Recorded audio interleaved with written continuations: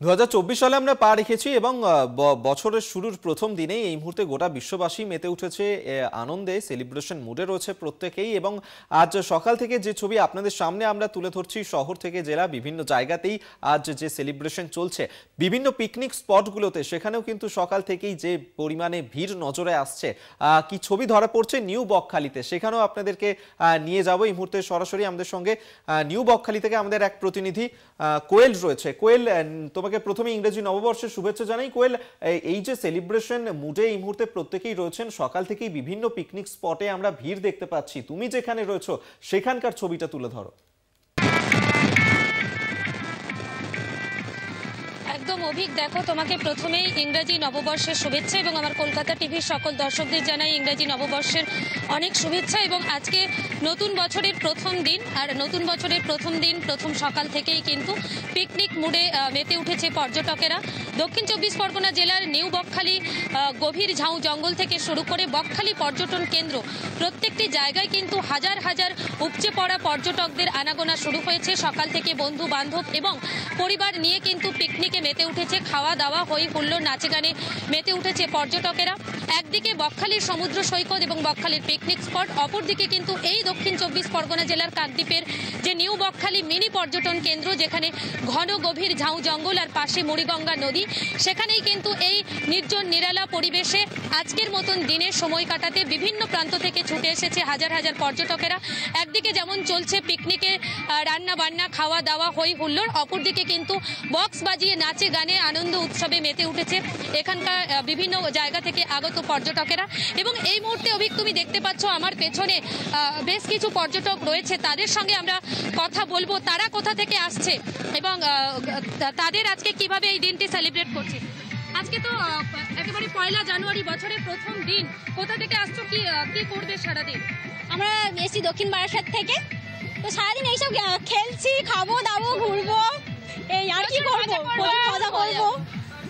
আর happy new year সবাই।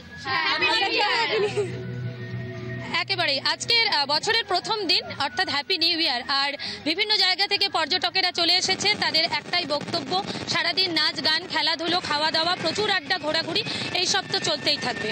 অভিক, একেবারে কোয়েলে আমরা দেখতে পাচ্ছি যে বন্ধুদের গ্রুপ, তারা এই মুহূর্তে সেখানে রয়েছে এবং সেখানে আজকের যে নিউ ইয়ার সেলিব্রেশন, যে পিকনিক মুড এই মুহূর্তে ধরা পড়ছে সেই ছবি। কোয়েলে, আরো একটা বিষয় জানতে চাইবো, এই যে বিভিন্ন পিকনিক স্পটে যে ধরনের ভিড় আমরা দেখতে পাচ্ছি এবং এই যে নিউ বকখালিতে, সেখানে কি পরিমাণে ভিড় আজকে নজরে আসছে? একটা বন্ধুদের গ্রুপ আমরা দেখলাম, সেখানে কি আরো অনেকে এসেছেন পিকনিক করার জন্য?